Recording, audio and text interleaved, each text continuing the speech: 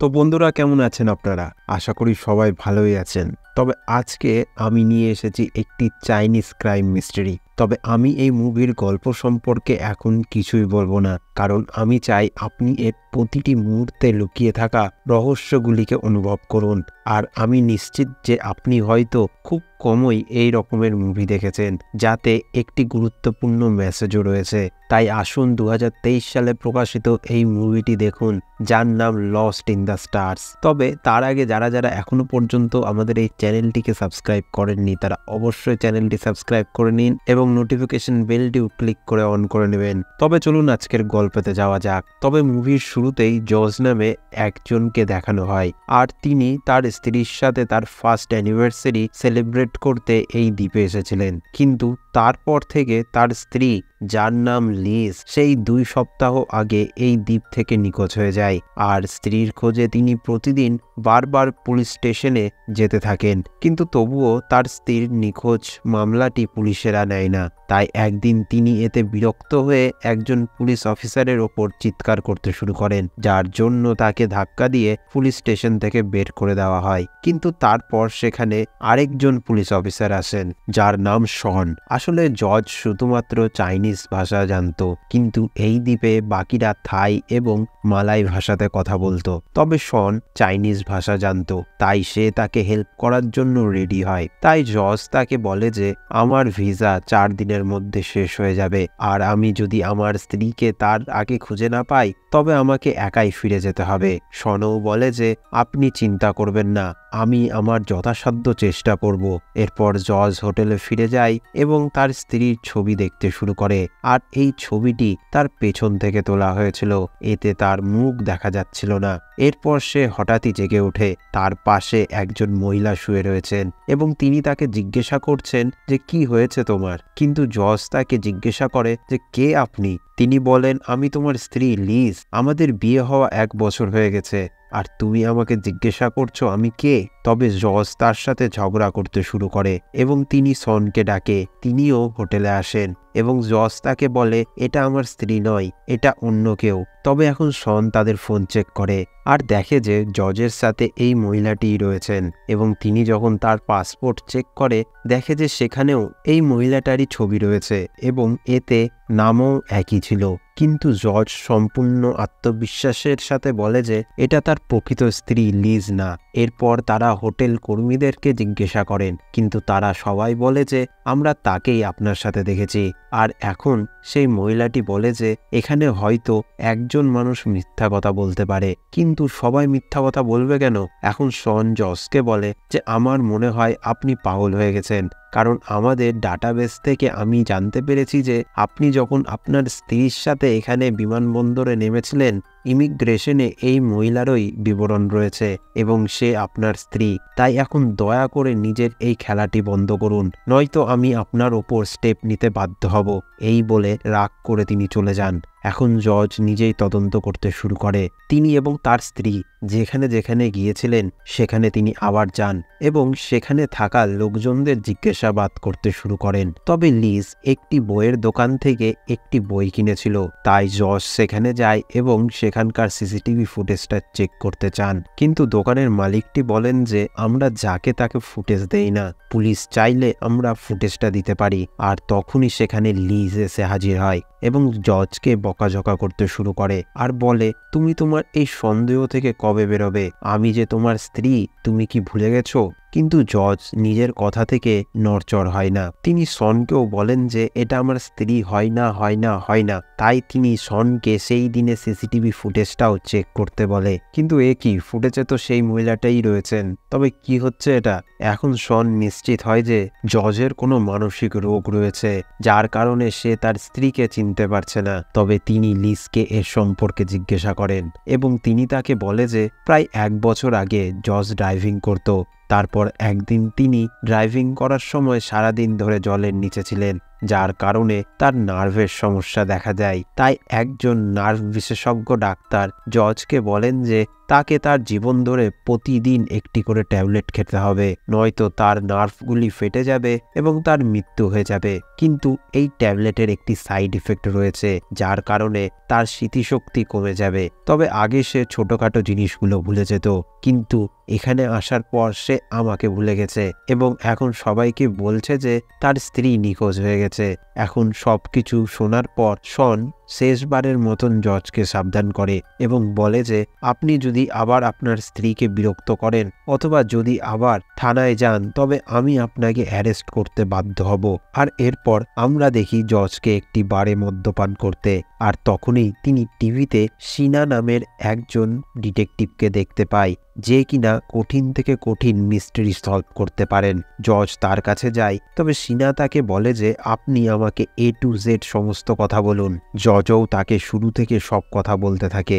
আসলে জজ যেখানে ড্রাইভিং করত, একদিন লিজ সেখানে ড্রাইভিং শিখতে এসেছে। তবে যিনি তাকে ড্রাইভিং শেখাচ্ছিলেন তিনি লিজকে জলের নিচে রেখে চলে যায়। তারপর জজ লিজকে প্রাণে বাঁচায় এবং তাদের মধ্যে বন্ধুত্বের সম্পর্ক তৈরি হয়। তবে লিজ একটি বড় কর্পোরেট কোম্পানির মালিকের মেয়ে, আর তার বাবার মৃত্যুর পর সে এই কোম্পানিটি চালায়। তবে একদিন তিনি জজকে তার বেস্ট ফ্রেন্ডের কথা বলে এবং একটি গ্রুপ ফটো তাকে দেখায়, যার কারণে সে ডিস্ট্র্যাক্ট হয় এবং তাদের গাড়িটির অ্যাক্সিডেন্ট হয়ে যায়। তবে অ্যাক্সিডেন্ট হওয়ার পরেও তাদের দুজনের কোনো কিছুই হয়নি, কিন্তু লিজ খুব ভয় পেয়ে যায়। তাই জজ তাকে জড়িয়ে ধরে এবং তাকে স্বস্তির আশ্বাস দেয়। আর এরপরেই দুজন মিলে রেজিস্ট্রি অফিসে যায় এবং বিয়ে করে নেয়। তবে এখন সিনা তার বেস্ট ফ্রেন্ডের সম্পর্কে জজের কাছে জিজ্ঞাসাবাদ করে। তাই জজ তাকে একটি ট্যাটু দেখায় এবং বলে যে এটি তার সোশ্যাল মিডিয়া অ্যাকাউন্ট, আর এই ট্যাটুটি তার বুকে রয়েছে, কিন্তু এটি দিয়ে তো আর শনাক্ত করা যায় না। তারপর সে তাকে একটি গ্রুপ ফটো দেখায়, কিন্তু সেখানেও তার মুখটা স্পষ্ট ছিল না। এখন তারা দুজনেই একটি ফটো স্টুডিওতে যায়, যেখানে জজ এবং লিসা দুজনেই ছবি তুলেছিলেন। কিন্তু সেখানে গিয়ে তারা জানতে পারে পুরাতন ফটোগ্রাফারকে তারা কাছ থেকে তাড়িয়ে দিয়েছে। তবে এখন যদি তাকে পাওয়া যায় তবে তিনি বলতে পারবেন যে সেই দিন জজের সাথে কে ছিল। তবে এখন জজ তাদের আগেকার কথাগুলো বলতে শুরু করে। সে বলে যে বিয়ের পর তারা খুবই খুশি ছিল, তবে 1 বছর পর তাদের প্রথম ওয়েডিং অ্যানিভার্সারি সেলিব্রেট করতে তারা এই দ্বীপে এসেছে। তবে সিনা তাকে জিজ্ঞাসা করে যে আচ্ছা একটা কথা বলুন তো, আপনি লিজকে শেষবারের মতন কবে দেখেছিলেন? যারই উত্তরে জোস বলে যে আমাদের ওয়েডিং অ্যানিভার্সারির দিন লিজ আর আমি মিলে ডিসাইড করি যে আমরা বাইরে যেয়ে আমাদের পার্টিটাকে সেলিব্রেট করব। কিন্তু লিজ বলে যে তার কিছুক্ষণ সময় লাগবে রেডি হতে, তাই আমি তাকে হোটেলে রেখে নিচে বারে চলে যাই, যেখানে ড্রিঙ্ক করার একটা কম্পিটিশনও চলছিল।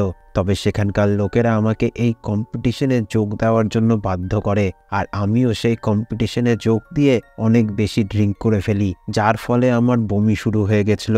আর আমি বমি করার পর সেই বাথরুমেই শুয়ে থাকি। কিন্তু যখন হঠাৎই আমার জ্ঞান ফেরে আমার লিজের জন্য চিন্তা হয়, তাই আমি তাড়াতাড়ি সেই বাথরুম থেকে বেরিয়ে লিজের খোঁজ করতে থাকি। কিন্তু বাথরুম থেকে বেরাতেই একজন গুন্ডা আমাকে ধরে ফেলে। তবে আমি যেমন তেমন করে তার হাত থেকে বেঁচে আমাদের হোটেল রুমে চলে আসি, কিন্তু আমি তাকে সেই রুমে কোথাও খুঁজে পাই না, যার জন্য আমি লিজকে এই পুরো হোটেলে খুঁজতে থাকি, কিন্তু তাকে আমি কোথাও দেখতে পাই না। তবে এই শুনে সিনা সেই হোটেলের ম্যানেজারকে সন্দেহ করতে থাকে, কারণ তিনি জানতেন যে লিজ একটি ধনী মহিলা এবং তার হাজবেন্ড জজ একটি ট্যাবলেট খায়, যার কারণে তার স্মৃতিশক্তি দুর্বল হয়ে গেছে। তবে হয়তো সেই দিন ইচ্ছাকৃতভাবে জজকে সেই ম্যানেজারই মদ্যপান করিয়েছিল এবং তার অ্যালকোহলের মধ্যে সেডেটিভ মিশিয়ে দেয়। হতে পারে যে সে তার স্ত্রীকে অপহরণ করে এবং তার সমস্ত পরিচয় চুরি করে এই ভুয়ো মহিলাটিকে তার নাম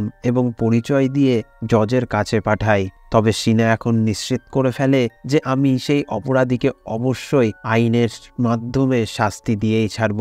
তবে তখনই সেখানে লিজ চলে আসে, তাই জজ সিনাকে লুকিয়ে ফেলে। তবে ভুল করে সিনার ব্যাগটি সেখানেই থেকে যায় এবং তার সাথে সাথে তাদের দুজনের গ্লাসও সেখানে থাকে। তবে যা দেখে লিজার সন্দেহ হতে শুরু করে, আর এরপরেই সিনা নিজে থেকেই লিজের সামনে চলে আসে এবং বলে যে আমি জজের হয়ে মামলাটাকে লড়ছি। আর এই বলে সে চলে যায়, কিন্তু চলে যাওয়ার সময় সে জজকে বলে যে সে যেন এই অপরিচিত মহিলা যিনি লিজ সেজে আসেন তার সাথে ভালোভাবে আচরণ করে যতক্ষণ না এই মামলাটার সমাধান হচ্ছে। তাই তিনি জজকে একটি সিক্রেট ডিভাইসও দেয় যার সাহায্যে সিনা তার সাথে সবসময় কথা বলতে পারবে। তবে এরপরে জজ এবং লিজা সমুদ্র সৈকতে চলে যায় এবং তারা একটি রেস্টুরেন্টে যেয়ে তাদের এই সন্ধ্যাটা উপভোগ করতে থাকে। তবে খাওয়ার পর সে লিজকে বলে যে আমি জানি আপনি এই কাজটি টাকার জন্য করছেন, তবে আমাকে সত্যিটা বলে দিন, আমি আপনাকে এর দ্বিগুণ টাকা দেব। কিন্তু লিজ উল্টো বলে যে তুমি ভুল করছো, আমি তোমার আসল স্ত্রী। তারপর জজ ইচ্ছে করে তার পাটাকে স্পর্শ করে, কারণ লিজার পায়ে একটা পোড়া দাগ ছিল আর এই মহিলাটির পায়েও সেই পোড়ার দাগটি রয়েছে। তাই এখন জজ বিরক্ত হয়ে যায় এবং তাকে ধাক্কা দিয়ে নিচে ফেলে দেয়। এরই কারণে সে চিৎকার করতে থাকে যে হেল্প করুন, আমাকে বাঁচান। আর লিজার কথা শুনে সেখানকার সমস্ত লোকেরা জজকে ধরে ফেলে। তবে এখন জজ নিজেই বুঝতে পারে যে সে একটা বড় ভুল করে দিয়েছে, কারণ এখন পুলিশের কাছেও তার বিরুদ্ধে অনেক প্রমাণ চলে এসেছে। আর তার মধ্যেই তার কাছে আর 2 দিন সময় আছে, কারণ 2 দিন পরেই তার ভিসাটি সম্পূর্ণভাবে শেষ হয়ে যাবে। তাই এখন সিনাই তার কাছে তার শেষ ভরসা। আর অপরদিকে সিনা একটি তথ্য পায়, তবে সেটাকে ভেরিফিকেশন করার জন্য সে জজকে একটি জায়গায় নিয়ে যেতে থাকে। কিন্তু হঠাৎই তাদের গাড়ির পিছনে আরেকটি গাড়ি তাদের পিছা করতে থাকে। তবে সেই গাড়িটি থেকে বাঁচার জন্য সিনা জিগজ্যাগ ভাবে গাড়ি চালাতে থাকে। তবে একটা সময়ে তো তাদের গাড়ির অ্যাক্সিডেন্টও হয়ে যেতে পারত, কিন্তু যেমন তেমন করে সিনা সেই গাড়িটি থেকে নিজেদেরকে বাঁচিয়ে নেয়। তবে এখন সিনা এবং জজ একটি পুরনো বিল্ডিংয়ে যায়, আর সেখানকারই একটি দেওয়ালে জজের অনেকগুলি ছবি লাগানো ছিল।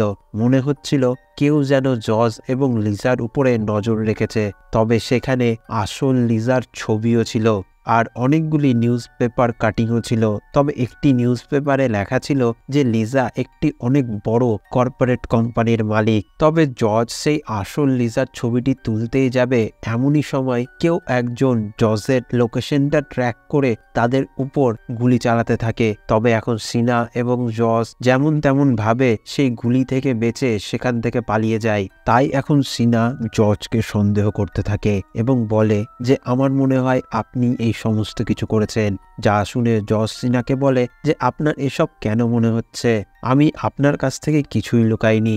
কিন্তু সিনা বলে যে আপনার উপর সন্দেহ করার জন্য আমার অনেকগুলি কারণ রয়েছে। তবে সে বলে যে আপনার স্ত্রী রিটার্ন টিকিটটির বাতিল করে দিয়েছে, এমনকি 2 দিন পর তার অ্যাকাউন্ট থেকে অনেক টাকাও তোলা হয়েছিল।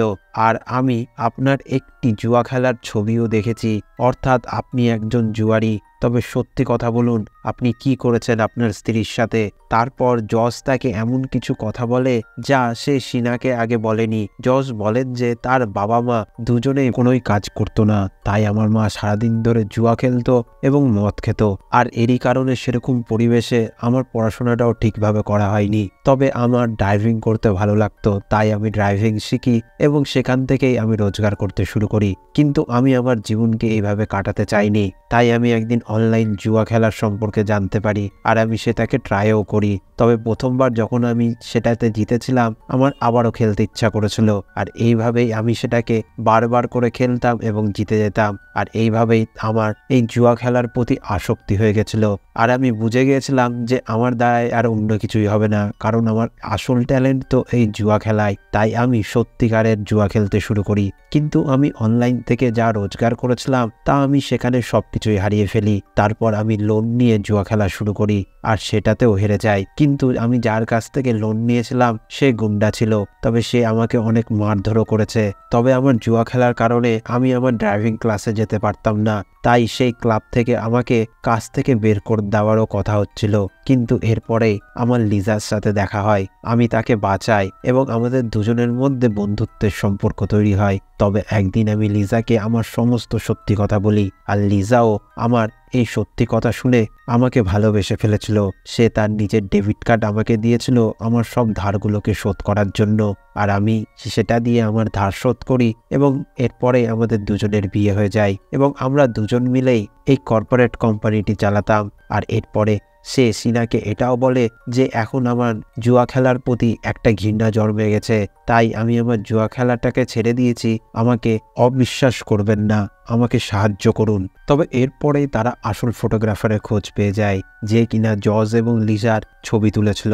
তবে তারা তাকে টাকা দিয়ে সেই ছবিগুলোকে কিনে নেয়, আর এখন এখানে জজের সাথে আসল লিজার ছবিটি রয়েছে। তবে সিনা এখন বিশ্বাস করে যে যেই মহিলাটি লিজা সেজে আসেন সে একজন ফ্রড, তাই তারা সেই ফটোগ্রাফারকে আরও টাকা দেয় এর সাক্ষী হওয়ার জন্য, আর সেই ফটোগ্রাফারটাও তাতে রাজি হয় এবং তাদের সাথে যেতে থাকে। তবে রাস্তায় একজন ড্রাইভার জজকে থাই ভাষাতে কিছু একটা বলে, কিন্তু জজ সেটা একদমই বুঝতে পারে না, তাই সে তাকে ইগনোর করে এবং তারা গাড়ি নিয়ে বেরিয়ে পড়ে। তবে রাস্তাতেই সিনার আবার জজের উপর সন্দেহ হয়। সে বলে যে তুমি হয়তো কিছু করেছো যার কারণে লিজা তোমার কাছ থেকে দূরে চলে গেছে। তবে তাদের দুজনের এই কথা কাটাকাটি ঝগড়ায় পরিণত হয়ে যায়, আর এমনই সময় সেই ফটোগ্রাফারকে কেউ যেন গুলি করে। তবে তারা বাঁচার জন্য গাড়ির পিছনে লুকিয়ে পড়ে। তবে যে লোকটি সেই ফটোগ্রাফারকে গুলি করেছিল সে আর অন্য কেউ না, সেই হলো সেই ইন্সপেক্টর শন, যাকে জজ বিশ্বাস করেছিল।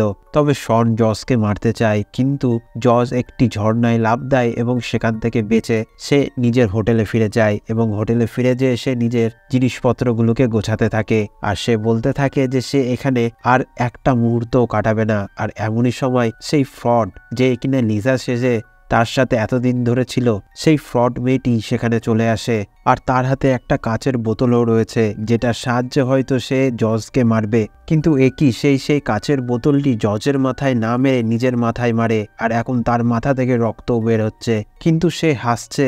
ভাই এটা হচ্ছে কি, তোমরা যদি বুঝতে পারো তাহলে কমেন্টে অবশ্যই কমেন্ট করো। তবে মনে হয় সেই মেয়েটি হয়তো জজকে ফাঁসানোর জন্য এই সমস্ত করছে, কিন্তু তখন হঠাৎই জজ তাকে মারতে শুরু করে এবং বলতে থাকে যে আপনি এটা কেন করছেন। আর ইতিমধ্যেই সেই হোটেলে থাকা ম্যানেজার, সমস্ত লোকেরা এবং পুলিশও সেখানে চলে আসে। তবে পুলিশ তখন জজকে অ্যারেস্ট করে নেয়।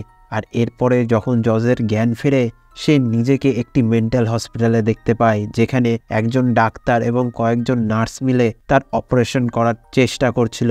তবে সেখানে সেই ফ্রড মেয়েটিও ছিল এবং ইন্সপেক্টর শনও ছিল, কিন্তু জজ সেই ডাক্তারটিকে বলতে থাকে যে আমি একদম সুস্থ, আমার অপারেশনের কোনো প্রয়োজন নেই। কিন্তু সেই ডাক্তারটাও তাদের সাথে জড়িত ছিল, তাই সে জজকে একটি অজ্ঞান করার ইনজেকশন দেয়। তবে এখন যখন জজ প্রায় অজ্ঞান হয়েছিল, তখনই সেখানে সিনা একজন নার্সের ছদ্মবেশ ধারণ করে জজের কাছে চলে আসে। তবে সিনা জজকে বলতে থাকে যে আমার সন্দেহ এখন লিজের উপরে যাচ্ছে, আমার মনে হয় তুমি লিজের সাথে কিছু করেছো, যার কারণে লিজ এগুলো করে তোমার কাছ থেকে নিজের প্রতিশোধ নিচ্ছে। তবে এটা শুনে জজ বলে যে লিজ এটা করতেই পারে না, কিন্তু সিনা বলে যে তুমি এত কনফিডেন্সের সহকারে এই সমস্ত কথা কেন বলছো।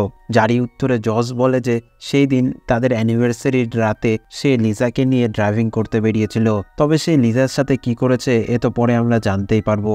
তারপর সে আবারও হোটেলে ফিরে আসে এবং ইচ্ছা করে সে সেই ড্রিঙ্ক কম্পিটিশনে যোগ দেয় এবং তারপর সে বাথরুমে চলে যায় এবং সেখানে বমি করার শব্দ করার পর সে বাথরুমের জানলা খুলে সেখান থেকে পালিয়ে যায় এবং সে তার ড্রাইভিং স্যুট, মোবাইল এগুলো সমস্ত কিছু জ্বালিয়ে ফেলে, যেন সে কিছুর প্রমাণগুলো পুড়িয়ে ফেলেছে। তবে এরপর সে আবারও হোটেলের বাথরুমে ফিরে আসে এবং সে বাথরুম থেকে বেরিয়ে যায়। তবে আমরা প্রথমে ভেবেছিলাম হয়তো একজন গুন্ডা তাকে বিরক্ত করেছে, কিন্তু না, জজ সেই লোকটিকে একটা এভিডেন্স হিসাবে ব্যবহার করেছিল, যাতে এটা প্রমাণ করা যায় যে সে সারা সন্ধ্যাটা সেই হোটেলেই ছিল। তবে এই সব তো সিনা আগে থেকে জেনে গেছিল।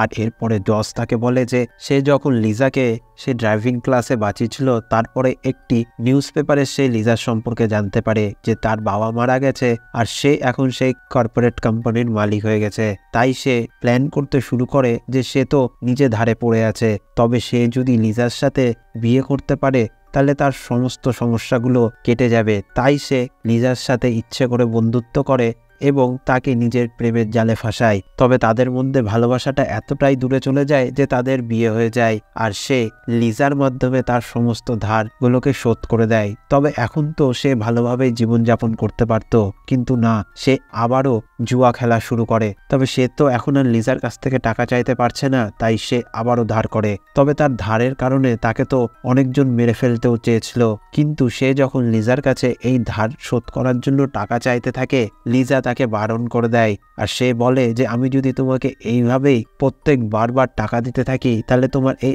আসক্তি কোনোদিনই ছুটবে না, তবে তুমি আগে নিজে থেকে ইনকাম করো আর এই ধারটাকে শোধ করো, তাহলেই তুমি বুঝতে পারবে টাকার আসল গুরুত্ব কি। তবে এই কথা শুনে জজ একদম ভেঙে পড়ে আর সে টাকা খোঁজার জন্য তার ড্রেসিং টেবিলটা খুঁজতে থাকে, কিন্তু সেখানে সে দেখে একটি ডিভোর্স পেপার, যা দেখে জজের মাথা ঘুরে যায়। সে বুঝতে পারে না যে সে কি করবে, কারণ সে যদি তাকে ডিভোর্স দিয়ে দেয় তাহলে তার জীবন একবারে শেষ হয়ে যাবে। তবে এটার জন্য সে একটা প্ল্যান তৈরি করে, তাই সে ঠিক করে যে তাদের ফার্স্ট অ্যানিভার্সারি তারা এই দ্বীপে এসে উদযাপন করবে আর এই ভেবেই তারা এই দ্বীপে চলে আসে। তবে এখন সিনা জজকে বলে যে তাহলে বলো লিজা কোথায়, কি করেছো তুমি তার সাথে, সত্যি কথা বলো, তাহলেই আমি তোমাকে বাঁচাতে পারবো, নয়তো তোমার অপারেশন আমি হতে দেব, আমি বাধা দেব না। তবে জজ নিজের প্রাণে বাঁচতে বলে যে এই দ্বীপে একটি লাইট হাউস আছে আর সেখানেই সে লিজাকে আটকে রেখেছে। তবে এই কথাটা শুনে সিনা সেখান থেকে দৌড়ে বাইরে চলে যায়। তবে জজও নিজের চেষ্টার মাধ্যমে যেমন তেমন করে সেই হসপিটাল থেকে পালিয়ে যেতে চায়। তবে যখন সে সেই হসপিটাল থেকে বাইরে আসে সে দেখে যে এটা কোনো মেন্টাল হসপিটাল না, আসলে এটা একটা সেট। তবে সেটের বাইরেই তার জন্য আরেকটা শক ওয়েট করছিল। আসলে জজ যখন এখানে আসে সে দেখে যে এখানে নকল লিজ, ইন্সপেক্টর শন, ফটোগ্রাফার, সিনা সবাই একসাথে উপস্থিত রয়েছে। তবে সে বুঝতে পারছিল না যে এসব কি হচ্ছে আর তারা একসাথে এখানে কি করছে। আর তখনই সিনা নিজের ফ্ল্যাশব্যাক বলে, সে বলে যে সে যখন স্কুলে ছিল তখন সমস্ত মেয়েরা তাকে অত্যাচার করত, এমনকি তার বুকে চাকু দিয়ে অনেক দাগও তৈরি করে দিয়েছে। তবে সে একদিন এই সমস্ত থেকে বাঁচার জন্য আত্মহত্যা করার চেষ্টা করছিল আর তখনই লিজা এসে তাকে বাঁচায় এবং তাকে সাহস যোগায় আর এইভাবেই তারা দুইজন বেস্ট ফ্রেন্ড হয়ে যায়। তবে তারা দুইজন নাটকও করত, যার ফলে তাদের একটা নাটকের গ্রুপও ছিল। তবে বড় হয়ে যাওয়ার পর লিজাই সিনার জন্য একটি ট্যাটু ডিজাইন করে যাতে তার দাগগুলো আর দেখা না যায়। তবে তাদের এই ড্রামা গ্রুপটির সবাই ভালো ছিল এবং তারা সবাই একে অপরের সাহায্য করত। আর এরই মধ্যে লিজ জজের সম্পর্কে সিনাকে বলেছিল, কিন্তু সিনা তাকে এই রকমের মানুষদের কাছ থেকে দূরে থাকতে বলেছিল, কেননা সে জানতো যে জুয়ারিরা কোনোদিনও পরিবর্তন হয় না। কিন্তু লিজ মনে করছিল যে জজ সম্পূর্ণরূপে পাল্টে গেছে, তাই সে জজের সাথে বিয়ে করে নেয়। তবে তারা যখন তাদের অ্যানিভার্সারি সেলিব্রেট করতে এখানে আসে, লিজ সিনাকে মেসেজ করেছিল এবং বলেছিল যে জজ আজকে তাকে ড্রাইভিংয়ে নিয়ে যাচ্ছে আর লিজের কাছে একটি সারপ্রাইজ গিফট রয়েছে যেটা সে জজের জন্য তৈরি করেছে। আর এরপরে লিজ জজের সাথে ড্রাইভিংয়ে চলে যায়। এরপর 4 দিন কেটে যায়। তবে এই 4 দিনে লিজের কাছ থেকে কোনো মেসেজ না আসায় সিনার সন্দেহ হতে থাকে, তাই সে এই দ্বীপে চলে আসে। তবে এখানকার পুলিশ স্টেশনে যখন সে লিজের নিখোঁজ হওয়ার পোস্টারটি দেখে তার সন্দেহ সম্পূর্ণরূপে জজের উপরে হয়ে যায়, তাই সে তার টিমকে এখানে ডেকে নেয় এবং সে বুঝতে পারে যে জজকে যদি মেন্টালি টর্চার না করা যায় তাহলে তার কাছ থেকে সত্যিটা পাওয়া যাবে না। তাই সে তার টিমের সাহায্যে জজের সাথে এই খেলাটি খেলতে থাকে আর সে তার প্ল্যানের মতোই জজের কাছ থেকে সত্যিটাকে বের করে নেয়। তবে এই সমস্ত কথা শুনে জজ চাকু বের করে নেয় এবং তাদেরকে মারতেই যাবে, এমনই সময়ে সেখানে পুলিশরা চলে আসে। তবে সেই পুলিশরা শুধু জজকে না বরং সিনা এবং তার সম্পূর্ণ টিমকেও গ্রেপ্তার করে নেয় ফ্রডের কারণে। আর এরপরে সে পুলিশরা সেখানে যায় যেখানে জজ লিজার লোকেশন বলেছিল। তবে তারা দেখতে পায় যে সেই লাইট হাউসের নিচে একটি খাঁচার ভিতরে লিজার মৃতদেহ রয়েছে। তবে তারা লিজার মৃতদেহ উদ্ধার করে। তবে এখন জজ এবং সিনার গ্রেপ্তার হওয়া 1 মাস হয়ে গেছে। তবে সিনা তার এখন এই 1 মাসের শাস্তি কাটিয়ে জজের সাথে দেখা করতে আসে, কিন্তু সে সিনাকে দেখে প্রচন্ড রেগে যায় এবং বলতে থাকে যে আমি তোমাকে মেরে ফেলবো। এরই উত্তরে সিনা বলে, ঠিক আছে, তুমি যদি এখান থেকে বেরাতে পারো তবে এই সমস্ত কাজগুলো করো, কিন্তু তুমি কি এটা জানতে যে লিজ তোমার সমস্ত ধারগুলোকে শোধ করে দিয়েছিল? সে শুধু তোমাকে এটা বলেনি, কারণ তুমি যদি জানতে পারতে তাহলে তুমি আবারও টাকা ধার নিয়ে জুয়া খেলতে। সে তোমাকে একটা ভালো মানুষ তৈরি করতে চেয়েছিল, তবে যে তোমাকে সব থেকে বেশি ভালোবাসতো সেই লিজকেই তুমি প্রাণে মেরে ফেলে দিয়েছো। তবে এরপরেই আমরা জানতে পারি যে সেই দিন রাতে কি হয়েছিল। তবে সেই দিন জজ লিজাকে নিয়ে ড্রাইভিং করতে করতে সে খাঁচার ভিতরে ঢুকে এবং সেখানে সে লিজাকে আটকে দিয়ে সেখান থেকে চলে যেতে থাকে। লিজা তাকে ইশারা করতে থাকে এবং তাকে বাঁচাতে বলে, কারণ তার অক্সিজেন বেশি ছিল না। তবে জজ যখন তাকে ছেড়ে দিয়ে চলে যাচ্ছিল লিজা সেই গিফটটাও বের করে তাকে দেখাতে থাকে, কিন্তু জস সেটাকে না দেখেই সেখান থেকে চলে যায়। আর এইভাবেই অক্সিজেন শেষ হয়ে যাওয়ার কারণে লিজার মৃত্যু হয়। তবে এখন সিনা সেই গিফটটি নিয়ে জসকে দেখায়, তবে জস সেটাকে খুলে দেখতেই সে হাউমাউ করে কাঁদতে শুরু করে, কারণ সে জানতে পারে যে লিজা প্রেগনেন্ট ছিল। তবে আসলে লিজা জসকে ডিভোর্স দিত, কিন্তু যখন সে জানতে পেরেছে যে সে প্রেগনেন্ট, তাই সে এই ডিভোর্সটাকে ভুলে যায় এবং সে মনে করে যে একটা বাচ্চা হলে হয়তো জস ভালো হয়ে যাবে। তাই সে তাদের বাচ্চার ইউএসজি রিপোর্টের একটা ছবি নিয়ে তাকে গিফট দেওয়ার কথা ভাবে, কিন্তু জস তো লিজাকে মেরে ফেলেছে। আসলে জস অজান্তে শুধু লিজাকে না, তাদের সন্তানকেও মেরে ফেলেছে। তবে এটা দেখে সে নিজেকে আর সামলে রাখতে পারে না, কিন্তু কি করা যাবে। আসলে বন্ধুরা, এই সমস্ত জুয়া করা, নেশা করা একদমই ভালো জিনিস না। এগুলোর আসক্তি তো খুব সহজেই লেগে যায়, কিন্তু এগুলো থেকে বেরোতে অনেকটা সময় লেগে যায়। তাই এগুলো জিনিস থেকে সবসময় দূরে থাকাই ভালো। তবে বন্ধুরা, ভিডিওটা ভালো লাগলে অবশ্যই লাইক করো, চ্যানেলটাকে সাবস্ক্রাইব করো, কিছু বলার থাকলে কমেন্ট করো। আর সকলকেই ধন্যবাদ এই ভিডিওটাকে এতদূর দেখার জন্য। তবে দেখা হবে পরের ভিডিওতে। Bye bye.